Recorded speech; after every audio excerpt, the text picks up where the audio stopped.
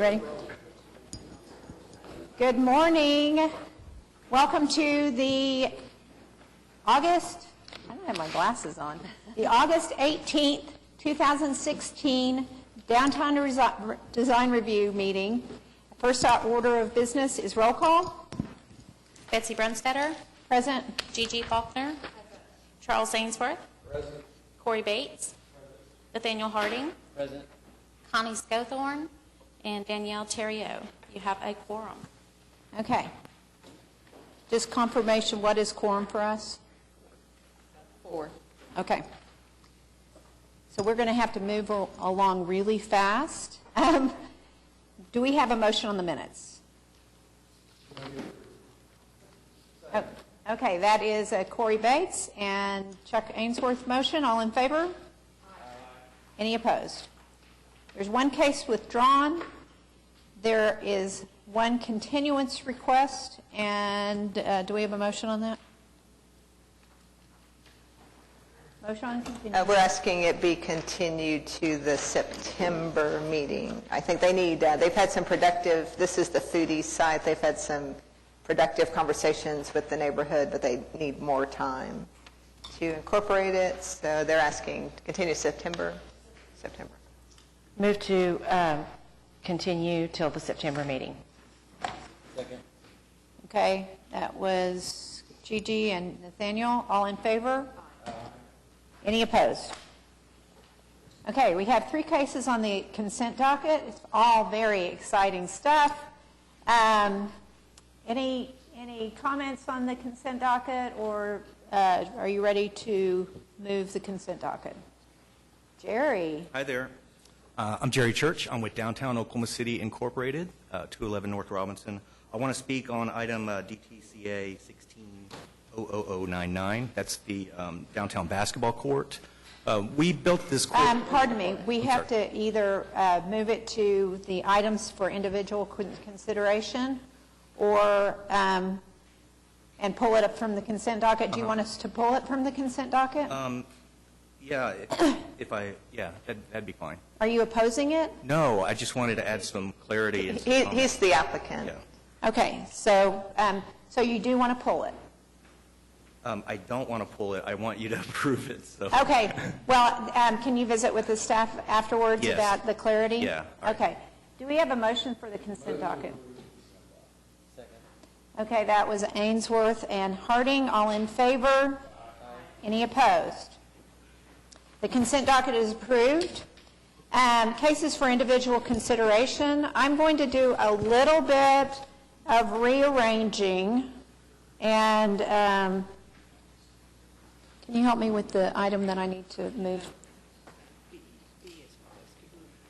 Okay, I'm going to move B to the heel of the docket.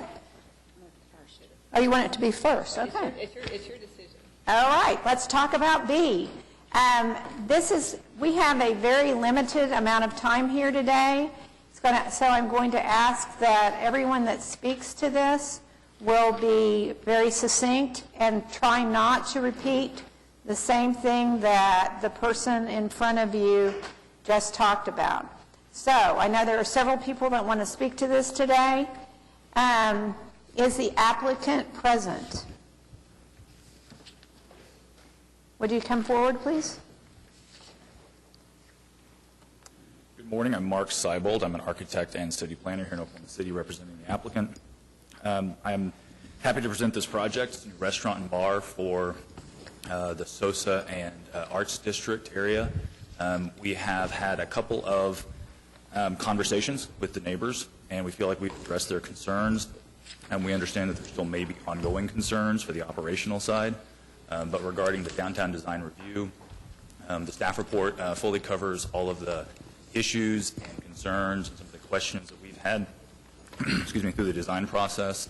There are a couple of questions that we are still working with our structural engineer on for the securing the airstream down to the site. And then there's one slight modification on the railings on the front. The drawings at one point indicated a metal mesh deck.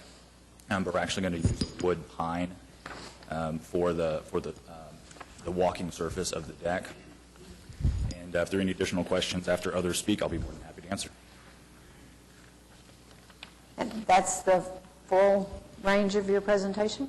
Well, the staff report covers most of it, and Okay. we're happy to address any other concerns. That is fine. I'll recap the staff Okay. report briefly. So this is essentially a renovation of an existing building and the construction of a new patio in the rear, which is on the south side. In the staff report, we identified some concerns about the material of the front ramp, the style of the front handrail, the material of the back ramp, and then there are some regulatory requirements affecting if the Airstream can be there. Like there's a prohibition against storing recreational vehicles. And so what makes this not a recreational vehicle is if it's secured to a permanent foundation and if the wheels are removed. So we, in the staff recommendation, we recommended that the all the pine materials be constructed out of composite wood instead of pine, that the ramp handrails be redesigned, that the foundation of the Airstream be confirmed, and that all of those changes come back to staff before the CA is issued. Okay. Have you been able to address any of those things before we go on with this? Well, yeah, and none of the issues that are related to the staff report were concerns of the neighbors. They had concerns over light, noise, parking, all of which the applicant will fully comply with municipal ordinances. Okay. Fine. Yep, thank you very much. Thanks. Do we have any people signed up to speak? Yes. Do you have like a list of those people or the sheets or? I had a quick question. So I wouldn't clear of the items that staff listed for the conditions. Is the applicant amenable to those, such as, I didn't hear any reference to the composite wood. It sounds like it's still the pine wood. No, Mark, do you want to confirm? Are you guys good with changing to composite wood? From a qualitative standpoint, yeah, there is a difference between the composite wood and the pine. At this point, as being a decking material, in the conversations with my client, is we see the cost as being excessive compared to the quality difference in the two materials. There's an additional consideration that that material, while it is considered a quality difference as far as the function and structural capacity. Both the pine decking and the Trex or the composite materials function the same. It's something I'd be happy to talk with my client at length about with the budget considerations. But at this point, we would like your committee to consider the pine based on our design preference. Well, just from recent experience in a commercial environment, pine is a huge maintenance issue, and the composite wood could have a permanent color that doesn't require painting as well as splintering. So anyway, just want to throw that We're out. happy to consider that, and especially as far as negotiations with staff, we're happy to do that. Any other questions for the applicant before he leaves the podium? Could you confirm the cladding on the new restrooms? It is a standing seam metal panel, vertically oriented, and so the seams will align vertically. And that's covering the west, south, and east facades of the new structure. Is there a color selected for that? Galvalume, traditional aluminum galvalume. So I have a question for staff. Would they have to get a variance on the Airstream, or? There is, and if it is installed on a permanent foundation and the wheels are removed, they don't need, then it is allowed as then it's considered a permanent structure. Okay. And a variance isn't required. All right. Okay. Anything else for Mark before he leaves? Okay. Okay, Madam Chair, you asked, there are several people that signed up to speak on this one, Okay. and so I don't know if you guys have an order selected.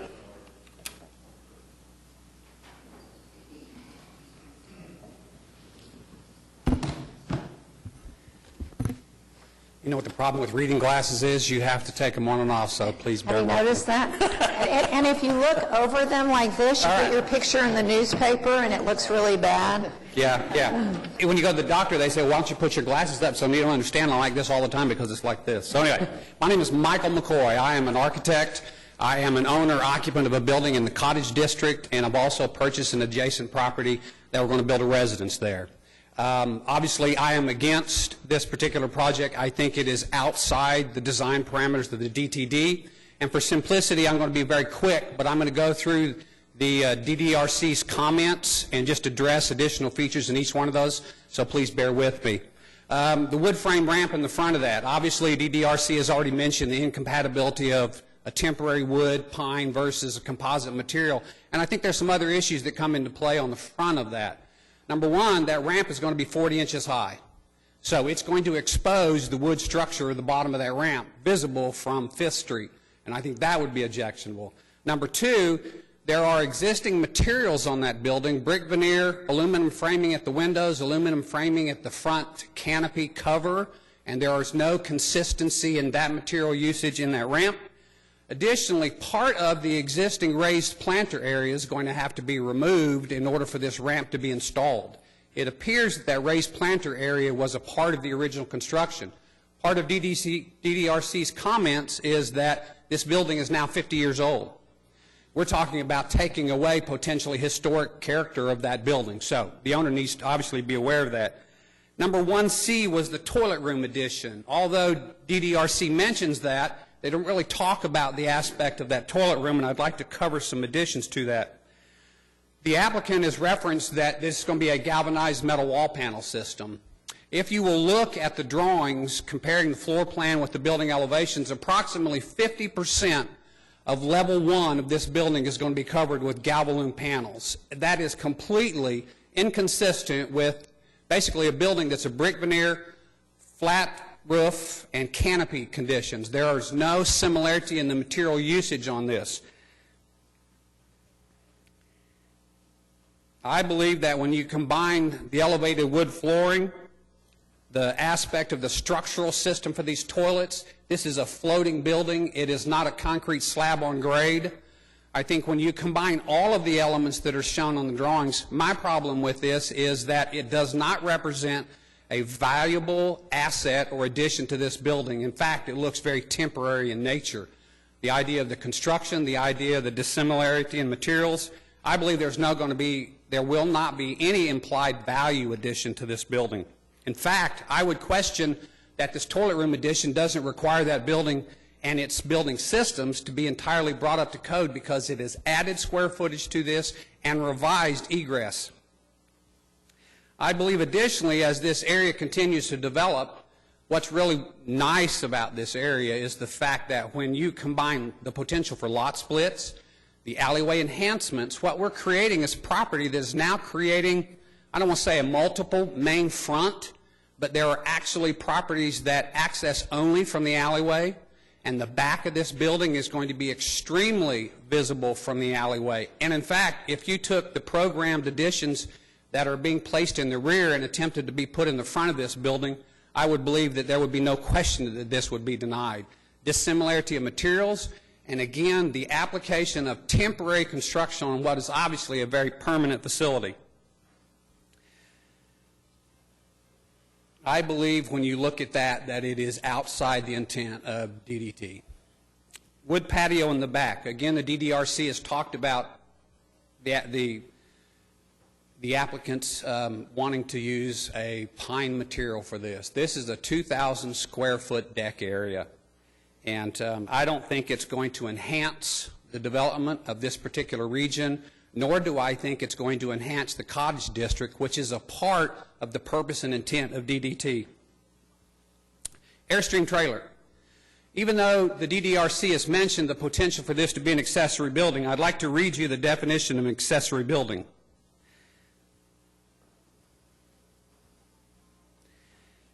Definition of accessory building is a subordinate building or portion of a building, the use of which is located on the same lot and is incidental to the dominant use of the main building or premises. Another definition puts clearly in front of incidental, so it's taking out any ambiguity. I believe that the following definition is more correct: a structure entirely separated from any other structure by space or by walls in which there are no communicating doors or windows or similar openings, and have a roof supported by walls or columns for the shelter or enclosure of persons, animals, movable property of any kind. That's simply the definition of a building. If we take this Airstream and we put it into the definition of the building, I believe there's some elements that come into play. Number one, I believe IBC comes into play. It should define the occupancy group. It should define the construction type, structural design, separation from property lines due to fire-rated designation of the exterior wall openings, etc. The key difference when you look at an accessory building and a building is human occupancy. This building obviously is going to have human occupancy, and it is vital to the operation of this building. That entire deck area would not be a functional situation without the addition of the Airstream. I believe the Airstream is a building and is not incidental to the usage of the main building. I believe that the designation of the trailer potentially opens the doors. We're talking about removing the wheels of a trailer. Would it not be a potential to be open for that to be an office or a bedroom?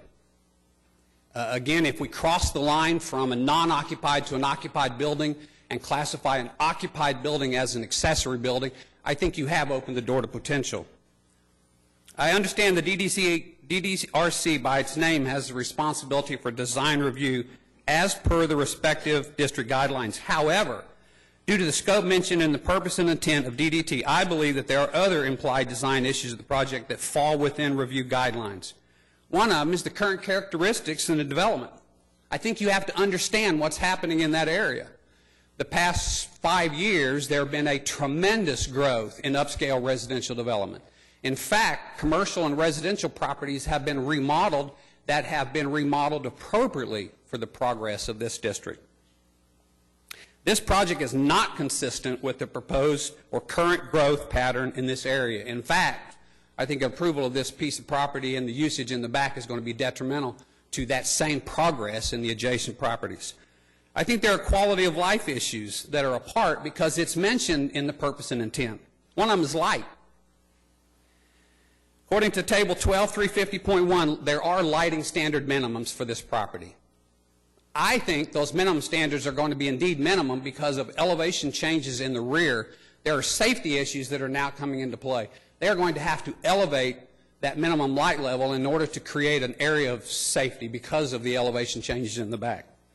With the light fixtures that are selected for this, they are elevated. They are an exposed incandescent bulb or LED bulb.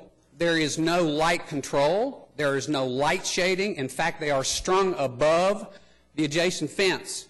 I believe that the light spread is going to be impossible to control, and because of the illumination level they're going to have to provide an area of safety, that it's going to be impossible for them to meet the 0.2 and the 0.1 foot candles as per code. The fence is not appropriate for the reduction of that light. That light is elevated above the Airstream, so it's going to be impossible to control that light spread to adjacent properties. Noise. The staff has already mentioned under 5A. I got two more things. You're taking a deck area, they're programming 85 people. 42 are already shown in seating. That means they're only programmed 40 plus in 2,000 square foot. IBC would allow at 15 square foot per person, 133. Take that to standing room only, and that occupancy count goes to 400. Now, they have 6 toilets, which allows them an occupancy count of 240. Program 80, that leaves you almost 200 people on that outside deck as a minimum. I believe that it's going to be impossible with this project to meet the noise ordinances. Parking. If you put 50 parking requirement spaces down in that district, we don't have it to give. 50 out of 200, take that to 75, and those parking spaces are going to be in property and in areas they shouldn't be. And to end it, my best analogy for this, to compare this to a neighbor in a cul-de-sac area, having a garage sale every weekend, Cul-de-sac represents a close-knit group of neighbors that share a common area, closed to through traffic used by kids after school, riding bikes or playing ball, and a perceived level of safety. The nature of the garage sale increases the use of the shared area beyond its capacity. Cars blocking drives, parking in non-designated areas, increased traffic in an area quiet by its design. This creates the potential for limited entry and exit from the area by its own residents or general errands. These things occur because the existing infrastructure and built environment are not of the capacity to cover the induced demand. And that's exactly what's going to happen in the cottage and the DTT area. Thank you. Okay, good arguments, Mike. Next. Good morning. My name is Mike Deba. I was actually supposed to go third, but after that, Brett wouldn't get up here, my neighbor. I own the property at the corner of 4th and Dewey. I've got I got 3 lots now, have 3 lots. Brett Price is building a house right there. I also have the property on 5th and Lee. It'd be the northwest corner of 5th and Lee. Southwest corner of 5th and Lee, where the townhouse is right across the street, and the Bob Moore building that they're building is right there, the 3 lots. So I'm adjacent to this property, and I'm across the alley to this property. And so, not to repeat anything that Michael said, I'm going to say me too. There's just a couple of points, which is through this whole process, I've become familiar with the DTD1, and I've read the rules on it, and there are 3 things that stand out, and I'm not going to repeat, like I said, anything, but it's supposed to be consistent design, compatibility for uses, and to create pleasant public areas. I don't believe that a bar with a 2,000-foot deck is consistent with the area. I don't think it's compatible. The I don't want to say airstream. The mobile home is not consistent, and it could change the whole design. Okay? Are we going to have mobile home parks now there or whatever? No matter how you dress it up, when I look out at it out of my window every time I walk up the stairs, because there's no trees or anything there, it's a mobile home. So they're asking for you all to approve a mobile home. And the restroom design, I'm not even going to go to that. Outside deck, Michael covered that. The compatibility with the area, a bar with noise, lights, that many people, possibly drunk people, is not compatible with residential as I know it. It's a complete disregard for the neighbors or the neighbors' thoughts. We have met with the owners a couple of times. I think I've met with them maybe 3 times. This area is, to me, residential or light office. It's not a bar area because there's families there. I helped with the John Rex School. We talked about the John Rex School to get families in there. I don't think this is consistent with it. And then to create a network of pleasant public spaces, noise, drunk people, capacity, lighting, parking, and that's something nobody's mentioned yet, but the parking on this, you get 200 people there. If you get 100 cars or even 80 cars, it is going to overflood the area with cars. Nobody is going to be able to come home at the office from the office at 7:30 or 8:30 at night because we won't be able to park. I understand the parking requirements are not there, but it does need to be taken into consideration for pleasant public spaces. And if you go through the 3, things that says consistent compatibility and to create the pleasant public areas, it fails on all 3. And if, in my opinion, it does not create something in the area, number 1, that fits with the design and that fits in with the neighbors. And that's what I have to say, and I think Brett Price, neighbors, is going to speak next. Okay. Thank you. Hello, good morning. Brett Price, building the home, as was mentioned, at 511 North Dewey. I had a lot of notes written up, but Michael did a great job, and Mike Deba as well. And Corey, I appreciate your questions on the restrooms, because that was one of ours as well, so I appreciate you noticing that. I, like many people, are opposed to what the applicant is proposing. As you can see, I'm building my house. The reason I chose this house, I've lived downtown for 10 plus years. I've been a member and a president of Urban Neighbors. I genuinely care about this area. I've lived in the CBD, Deep Deuce, Midtown, Sosa. I lived in all these areas over the 10 years to find a place to build my home. I picked this place because there are over 20 homes that have been completed within a few blocks over the last 3 years. There's another 20 in active planning stages. In my opinion, this use is not compatible with what's going on in this area. I actually told Mike before he got up that I wasn't going to speak, but I do have a 1-year-old and a 3-year-old, so I told him this morning I have to speak. It's interesting to me that on May 10th, I received a letter from the city that said they were applying for an ABC3 overlay. It was met with overwhelming opposition. They withdrew it. I think what's shown in the site plan and the elevations, as well as the renderings, are misleading.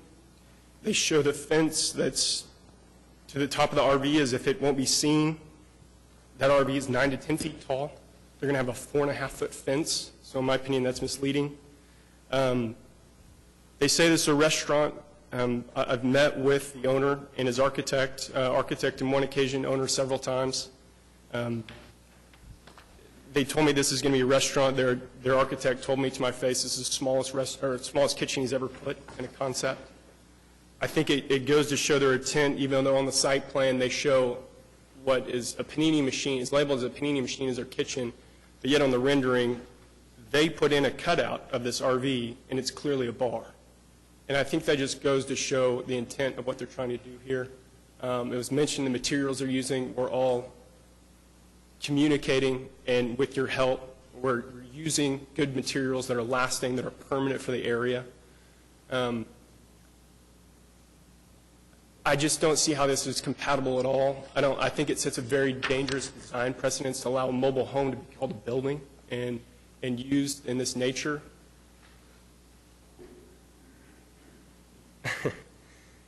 I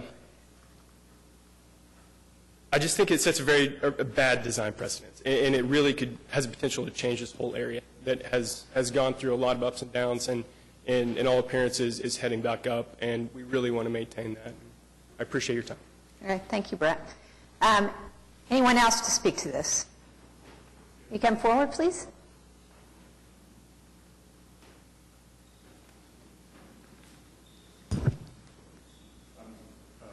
Brad Johnson. I live directly across from where there are 617 Northwest 5th Street. My bedroom is, if you bring the shot up with a little white car in front of it, my bedroom is directly across from where the front of the restaurant is. My porch that Mr. Spencer built the house for us, my porch is directly, the third floor porch is directly overlooking the whole property. So I have a full view of what's going on every night before I go to bed. And that's my son's car actually parked in front. And if it goes through the whole process and everything's done, as it stands right now, any major event that goes on downtown, there's no parking there anyway because they come all the way to there to park. Arts Festival, now that they've moved the Arts Festival, all the things, there will be no parking anyway. I'm a restaurateur too. Me and Keith Paul both live on the same street, and we have the dirt in between both of us.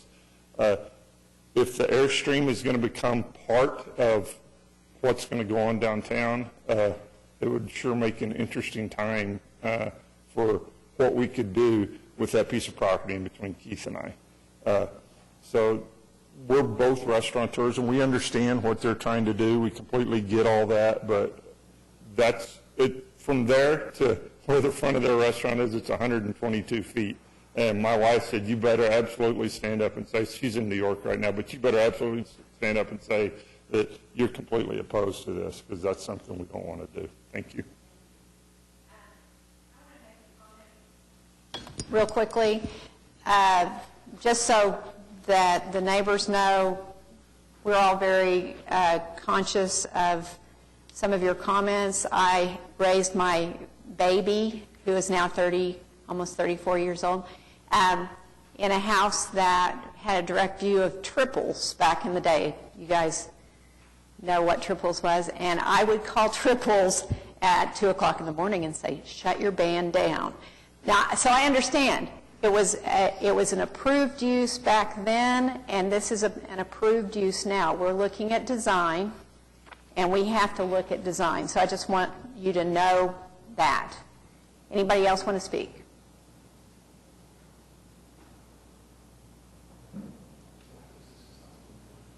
This is zone DDT1. Susan, you want to talk about the approved uses, or Lisa? Yeah, it's zone DTD1. DTD1 recognizes, like all the downtown districts, recognizes a broad mix of uses. Parking is not required. Noise and light ordinances are evaluated and cited outside of design review. Building code issues are evaluated by the permit desk, not design review. So obviously I understand all these things intersect with design, and a well-designed project can mitigate all of those items. But again, Betsy, to be clear to your point, it's an allowed use, and we can only evaluate design items. Hi. Hi. Tommy Swank. I'm an attorney here with Mr. Debe. I'm sorry? I'm an attorney on behalf of Mr. Debe, who had spoken a little bit earlier. Can you tell us your name, please? Can I spell it? No, can you tell us your name? I did. Ami Swank. Okay, thank you. And you'll need to write it down on the thing. I have. Okay, great. Can I approach you first, hand you a document? Sure.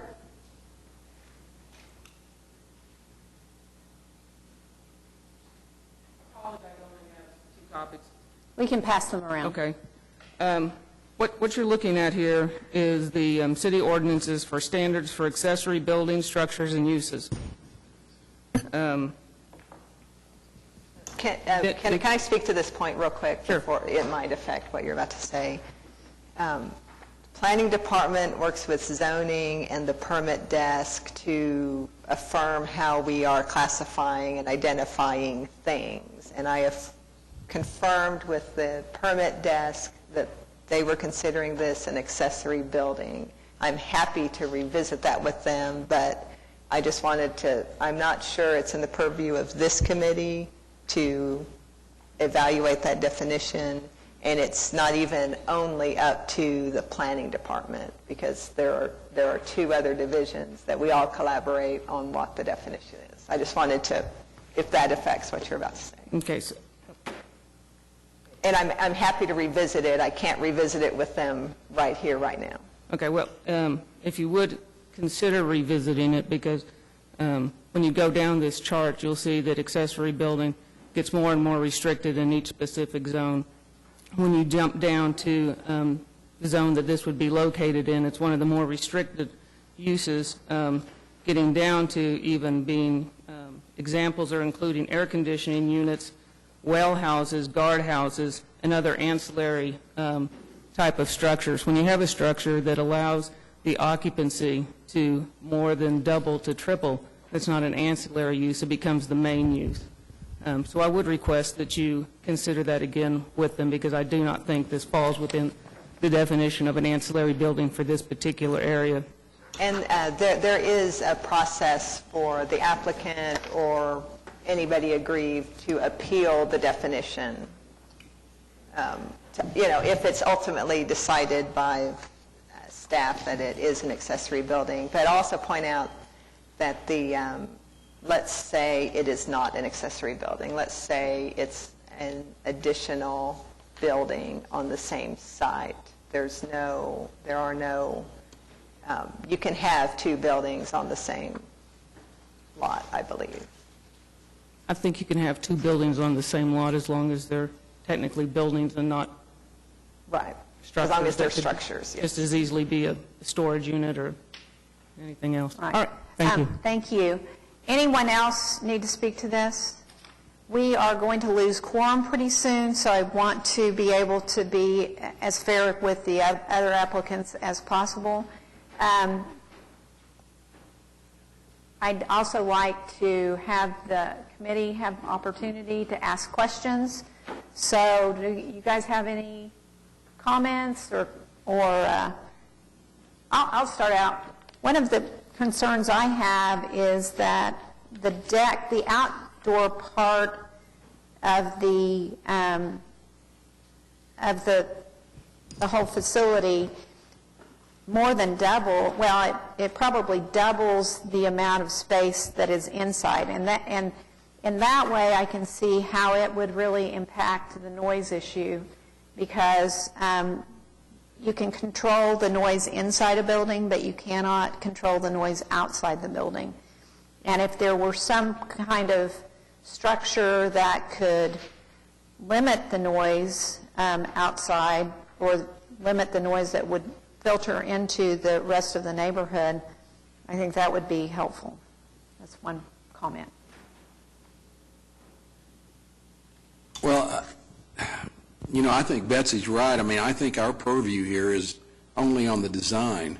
I mean, I absolutely agree completely with everyone that stood up against this thing, and I would ask staff, is there any other recourse for them?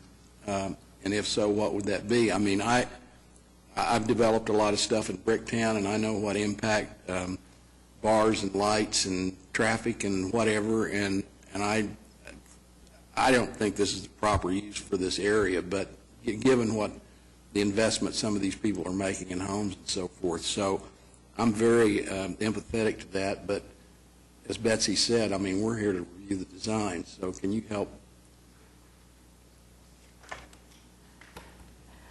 I'm not sure exactly what they can do at this point. I mean, that's, that would have to be an amendment to the zoning code as far as that use being allowed, I would think.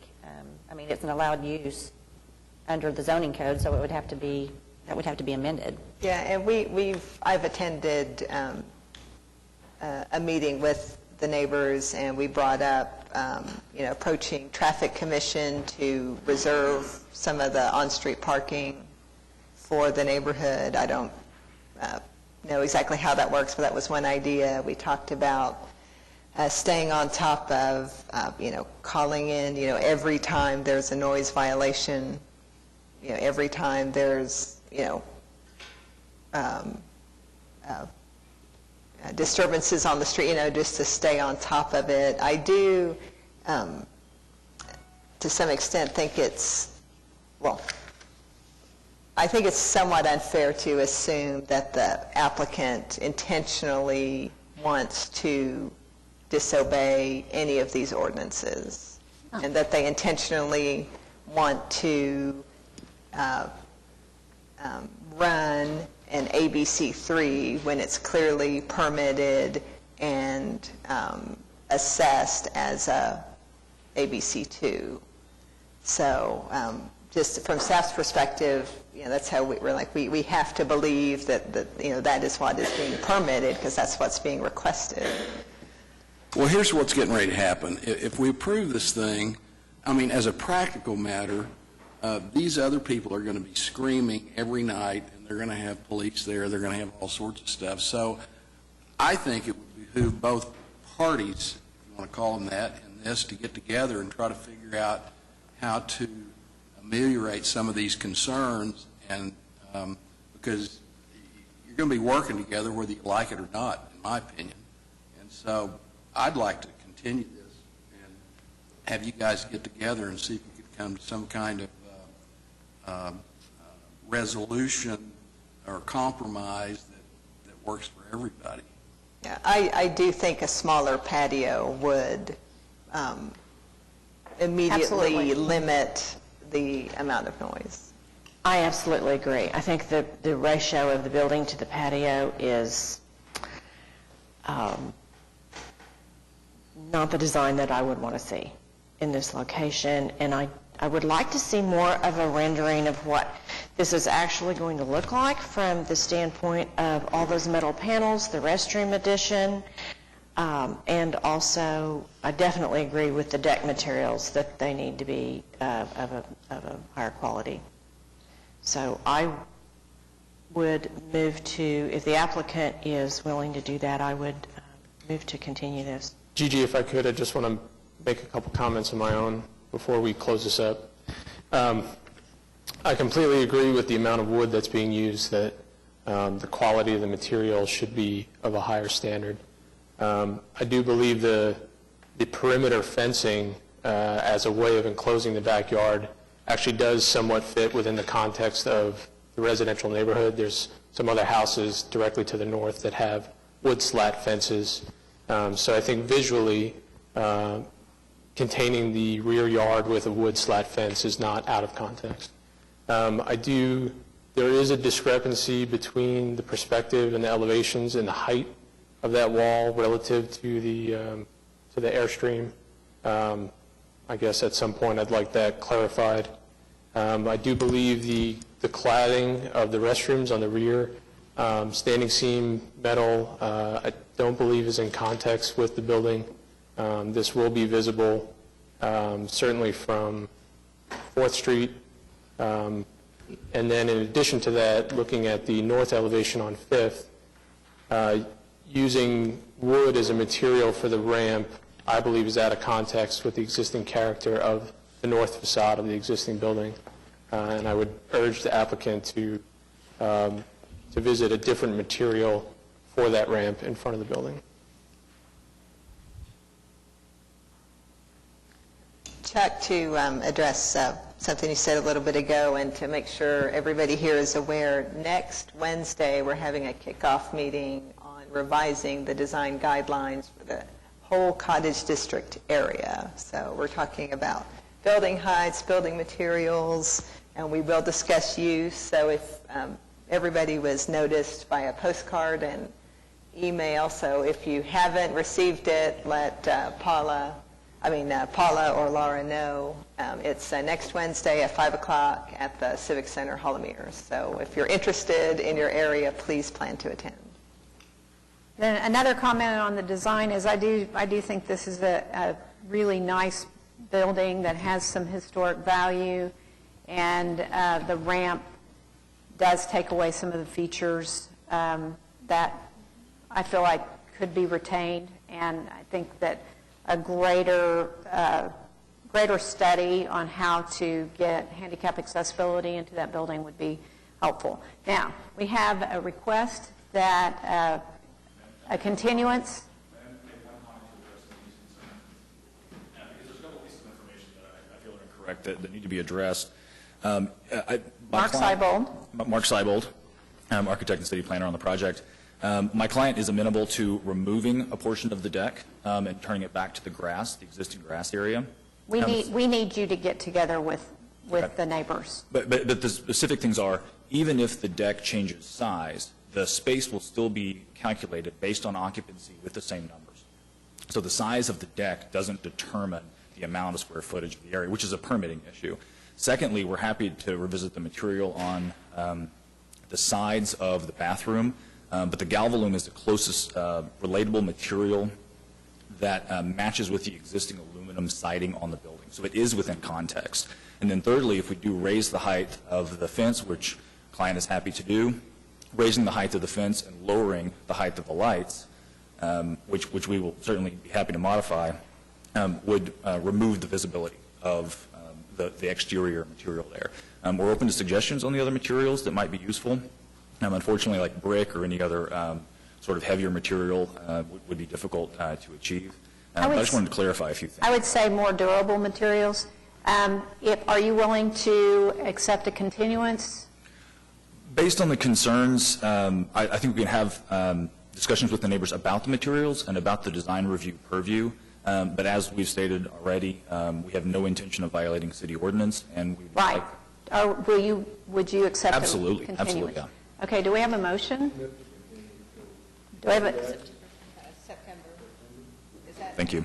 Mark, for September meeting, we'll need stuff back in like a week or 10 days. That's fine. Is that can you enough? meet with the neighbors before then? Yeah, sure. Okay. Do we have a second? Second. That was Ainsworth Faulkner. All in favor? Any opposed? That is continued. Now, moving right along.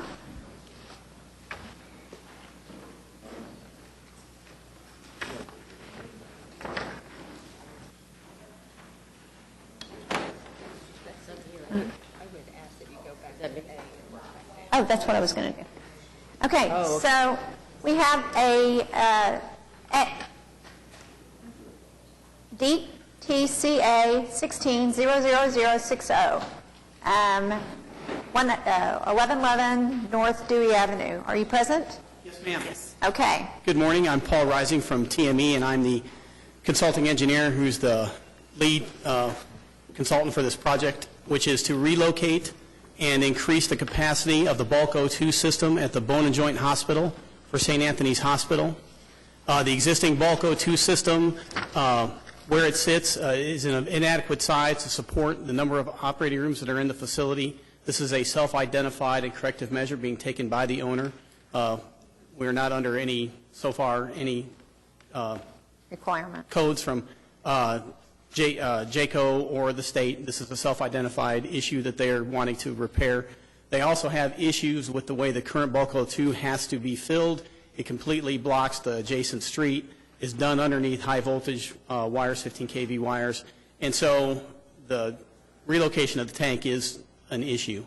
The only available space on the property that would still allow the bulk O2 system to serve the 8 ORs it currently serves is the corner that we've identified. We have gone through the process of discussing and getting recommendations and approval from the Traffic Commission to create a three-way stop, which will facilitate the fact that we're blocking the corner vision pattern, but also allow traffic to continue to flow during refueling processes. So at no time during the refueling process or refilling process of the O2 system will the street now be blocked the way it is when it has to be blocked on Dewey Avenue. So the need for the walls is actually not a screening issue. It's more of an issue to let us be in compliance with the NFPA requirements for the construction of bulk storage in the location where we have the sidewalk that's adjacent to the location, the equipment yard that's behind it. There are certain distances that have to be maintained. Those are are extremely reduced with the construction of the tank walls. Now, our walls only have to be so high, but to meet the requirements of the Downtown Design Review Committee, we actually raise them to completely obstruct where the walls are to conceal the O2, not really conceal, but to try to hide the O2 bulk system. However, we cannot make it a completely enclosed system in the space. There has to be room to meet the NFPA requirements. So all that is laid out in the documents that have been submitted, and we're asking that you approve the installation as we have shown it with the building materials and the visual presentation of the site, and then recommend that we have an approval for the variance that we need to be able to put it in the location that it is, which our review is this afternoon for the variance. Laura, can you address your concerns, please? This slide shows the location. They obviously don't have a lot of room to place this within their distance constraints to get it to the operating rooms. Two of the sides are going to make it look like it's a continuation of the building, the masonry sides, so it will extend out and literally look like the building has been extended. The two sides that will be the decorative metal will be, one will be this side on the north and then the side on the south. They obviously need several different variances. They are attempting to meet our requirements as far as the solid screening, but as you know, our regulations on fencing are very, very restrictive, and so they have height issues, they have material issues, and staff recommended approval and listed all of the different variances they're going to need, the main reason being that it will look like the building has been extended out, and it's not to me, once they get that in, I think it's going to look like it really goes there. So it's been a long process because they had to go to Traffic Commission, and so we're excited to finally be here with you. Yes. Okay. Do we have any comments or questions from the committee, please? No, I think it's been thoroughly vetted, and so I would move to approve the application. Oh, Do we have a if there are second? no-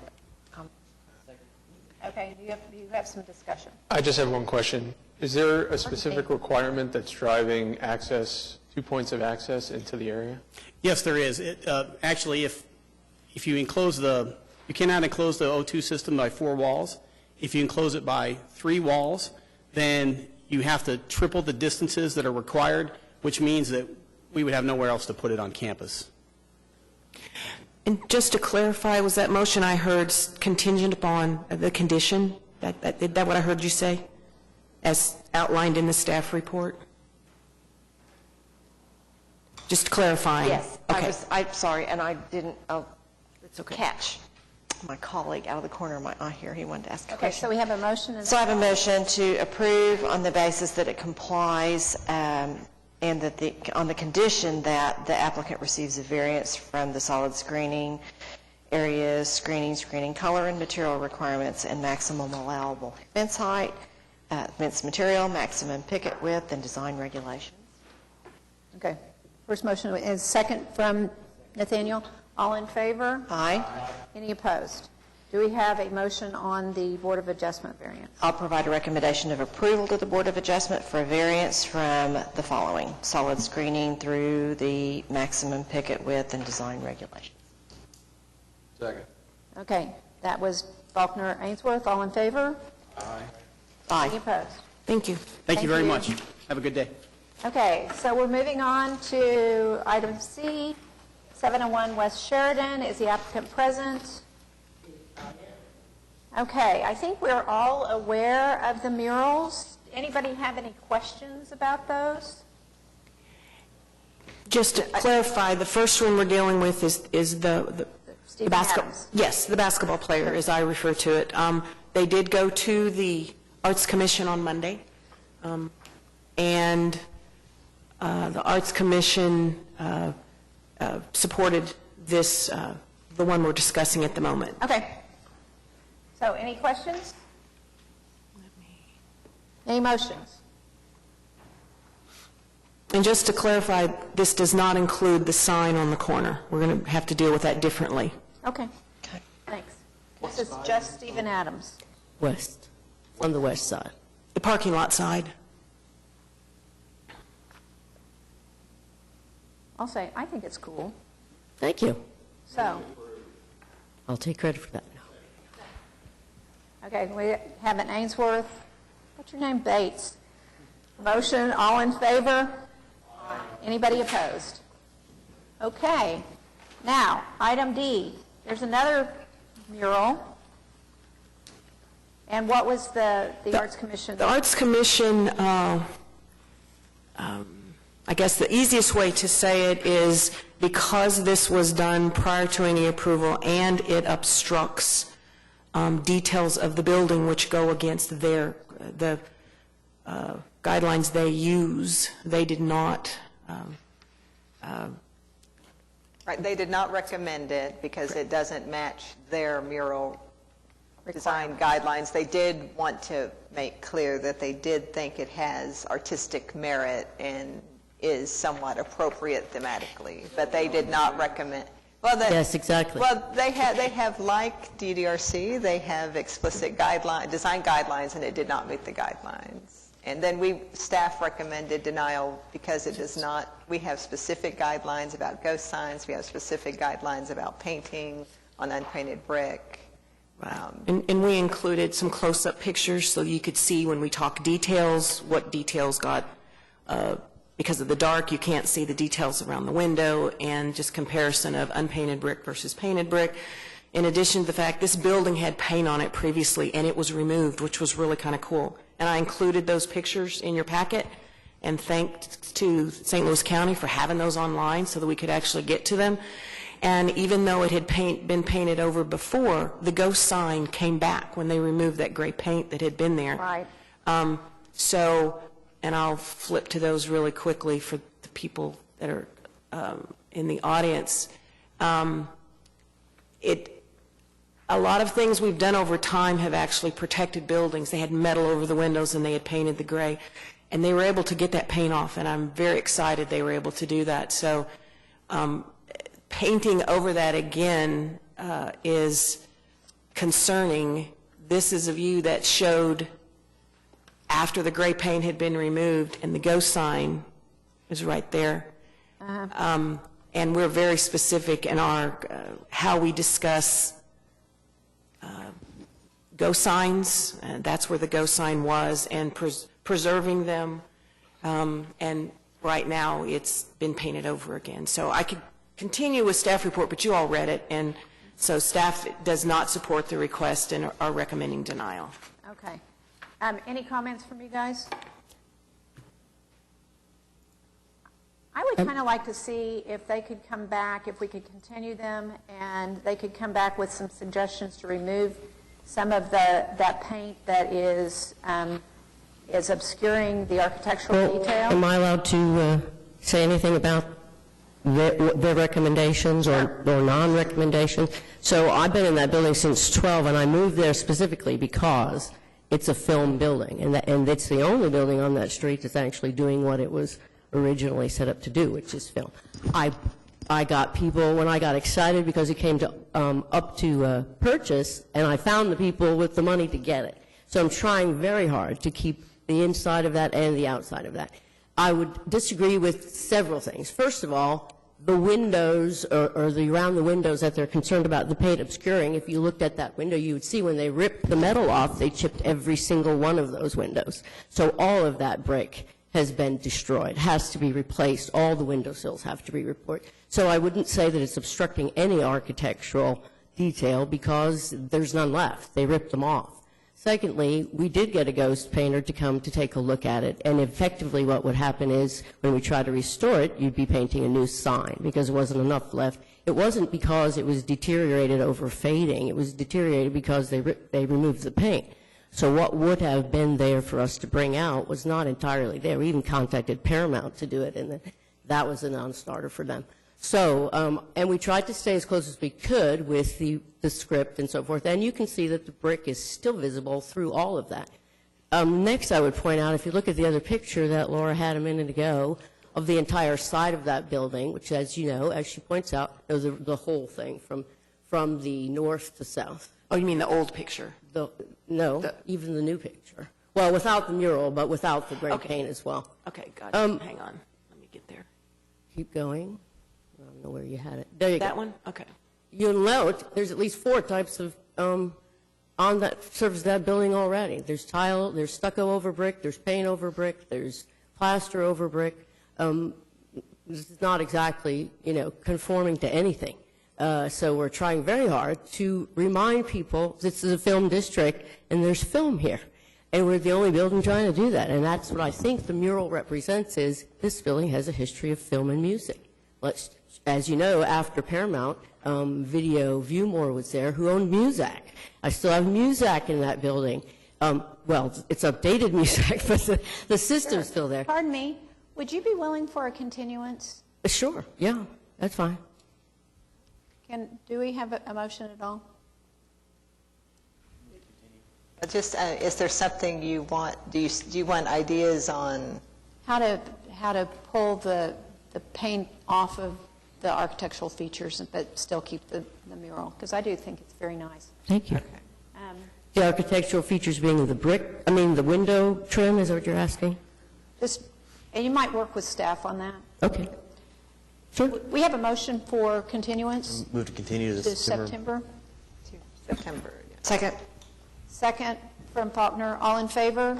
Aye. Any opposed? Thank you. And thank you very much Thank you. for being here. I'll call you. And I'm leaving, so Gigi is taking over.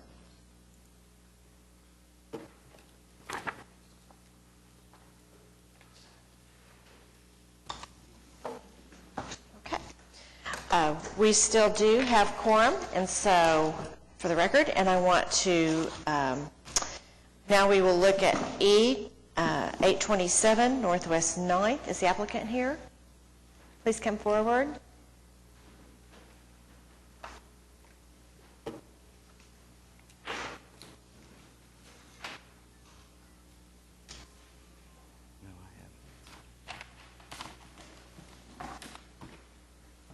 I'm Greg Smith.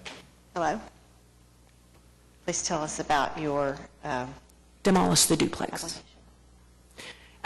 This is before you today not because of size, but because it was listed in one of the intensive level historic surveys as being contributing to a potential historic district.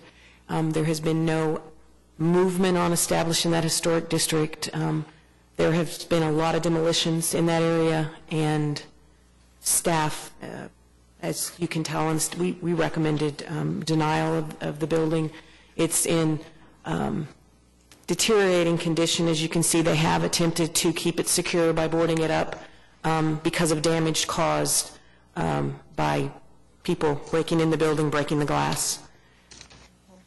It obviously does not conform to any of our current regulations, and so their desire is to build a new duplex, which would conform to all your requirements.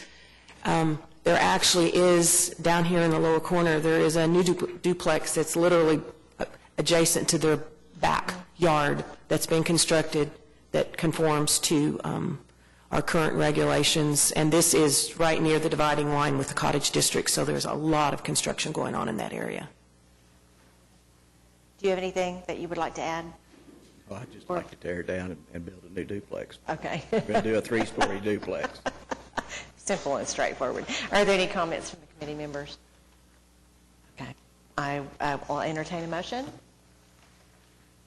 Do we have a second? We have an Ainsworth-Bates motion. All in favor, say aye. Aye. Same sign. Thank you. Oh, did I just do the wrong thing? Sorry. Did I do the wrong thing? Thank you. You're approved. Dang it. Thank you. We'll look forward to seeing what you've got next. Okay, now we're moving on to 6F, which is 901 West Sheridan Avenue. Is the applicant here? Would you come forward, please? State your name and tell us about your project. I'll start while he's signing in. This is the Jones Assembly Building at Sheridan and Fred Jones Avenue. The renovations for it were approved last summer. It's going to be a restaurant and music venue. So now they've come in with their sign package that includes a very large sign on the roof, kind of in the style of like Sunshine Cleaners, Plaza Court Building. There is no historic precedent for that type of sign on this building. Another issue with the signs that we discuss is that most buildings of this size have multiple tenants, and the sign regulations for this area kind of recognize that and allow more signs for all the tenants. But since this is just a single tenant, they're limited in the number and size of signs they can have. So staff believes that the signs shown are appropriate, and that the big rooftop sign is probably a good eye-catching device for this type of venue. So we recommended approval. It would need several variances to allow what's shown. My name is James Boswell. I'm the architect on the project. She did a great job. So I have some comments, but you guys have had a long morning. If there's any questions. Please feel free to tell us what you'd like to about it. It's fine. Well, if you kind of look at the site plan, we're kind of landlocked. So signage is kind of where we locate it for its visibility. It's limited. The awning signs and the blade signs kind of address pedestrian. The rooftop sign, we're hoping, gives us that recognition from automobiles traveling in the area. Once the area gets developed, we will be probably one of the lowest buildings. There's 4 stories on 3 sides, 21 Cs, 5 stories, I believe, on the north side. The rooftop sign kind of adds a little bit of architectural interest to the building. There are some other rooftop signs in the area, Sunshine, the Buick building, Automobile Alley, Midtown has one. The original Fred Jones Manufacturing Building actually did have 2 different rooftop signs over the course of its history. I know that's not precedence for this building, but it was in the area. Okay. And I have images on a lot of stuff if you guys want to see it. Okay, thank you. Is there any comments from the committee? I like the rooftop sign. I think I'm fine with the scale of it, especially considering the height of the development that is planned around this building. I would question, is there a reason for the varying fonts between the 2 signs? Between the blade sign and the Jones Assembly rooftop sign is kind of the logos. The block letters for the blade sign are just kind of simplified. They're not speaking well together, just in my opinion, and mainly, I believe it's because of the varying fonts. I think the rooftop sign has such a character to it. I think that's speaking to the brand. Right. That the blade sign, I believe, is taking away from that. Okay. I actually agree. I noticed that, and I actually agree with that, too. I think the blade signs could be really super interesting and really help build the brand in addition to the rooftop sign. Okay. Just a comment. We can make sure those fonts match each other. I'm sure the sign company is going to have to do a little bit to the rooftop sign for neon to work with some of the thin aspects of that font. So to get lighting to actually do all those will have to be tweaked a little bit. Just nature of signs and neon.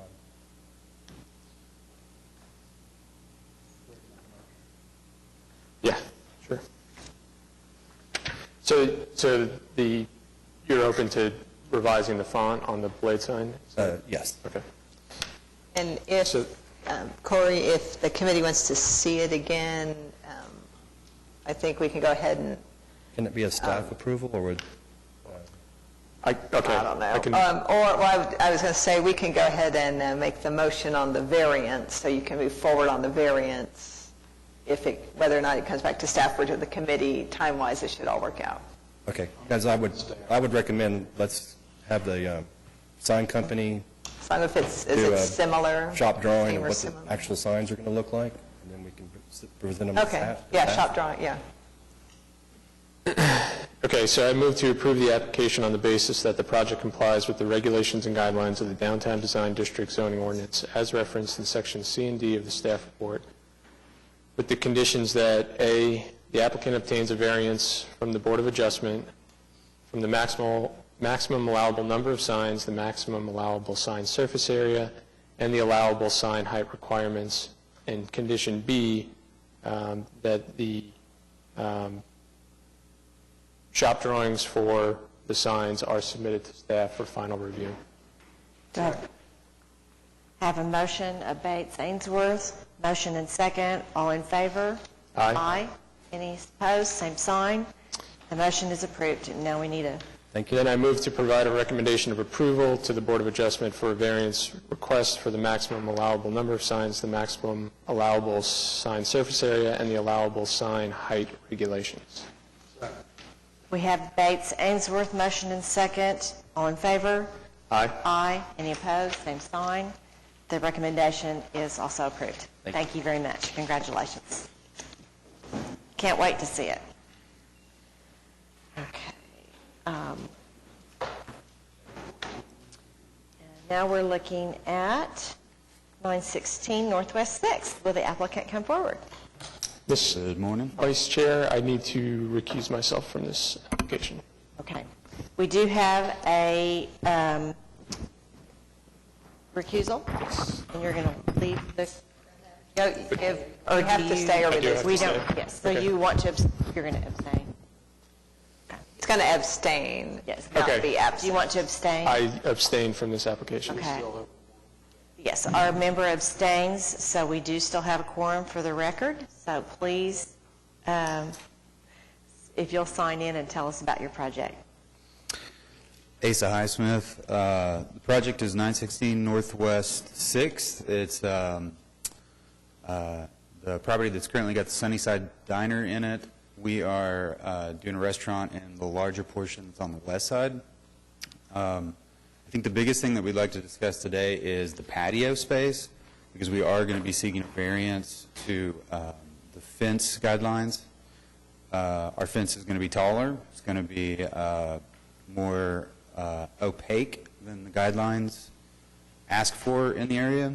But the main reason for that is we are, to my knowledge, going to be the only patio space that fronts Classen. And I think that's significant because I think, as most should agree, that it's going to be really difficult to provide an active patio next to what's basically a 6-lane highway. We're worried about the speed of traffic. We're worried about the harshness of the corner. In order to soften that corner, the owner of the building has taken a lot of actions. Obviously, we've improved the streetscape there, added a lot of new greenery. But if you visit the site today, absent more intervention, we don't believe that the patio space will ever be a place for people to enjoy some time outdoors and some tacos.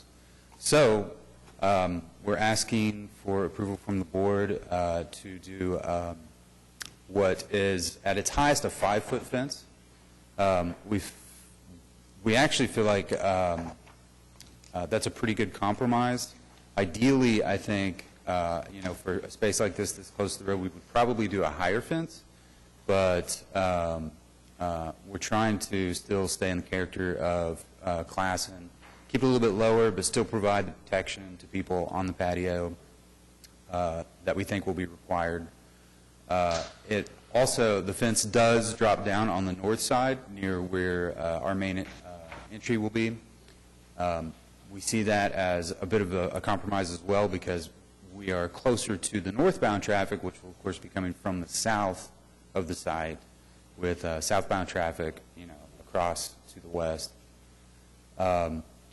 That's kind of the gist of, the variance that we're seeking.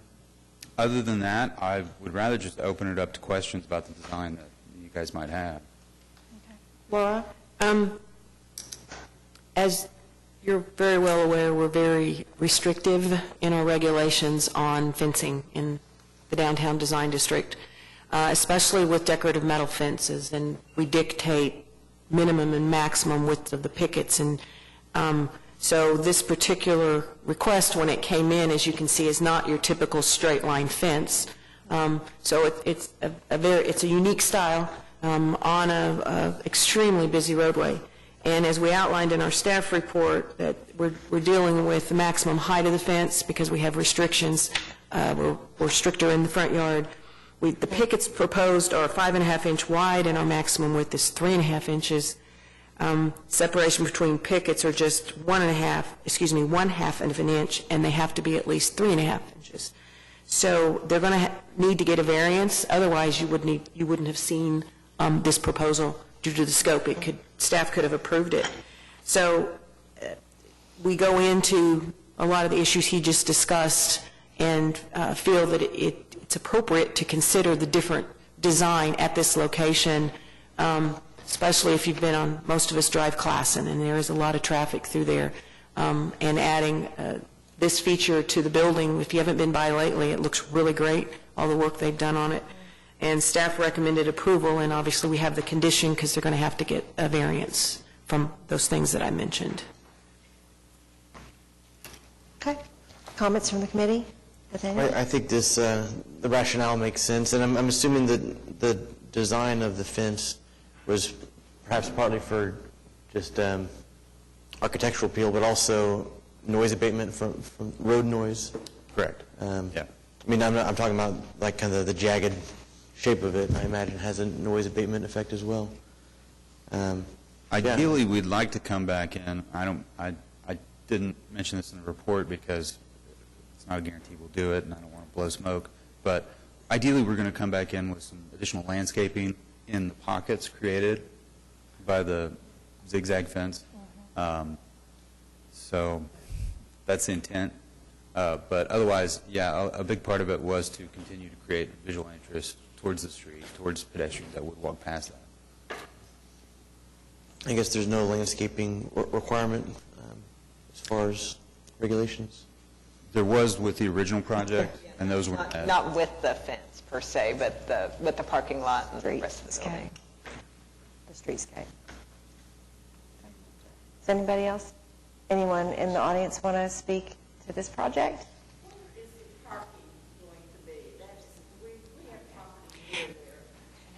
Would you mind very much coming up and speaking? Thank you.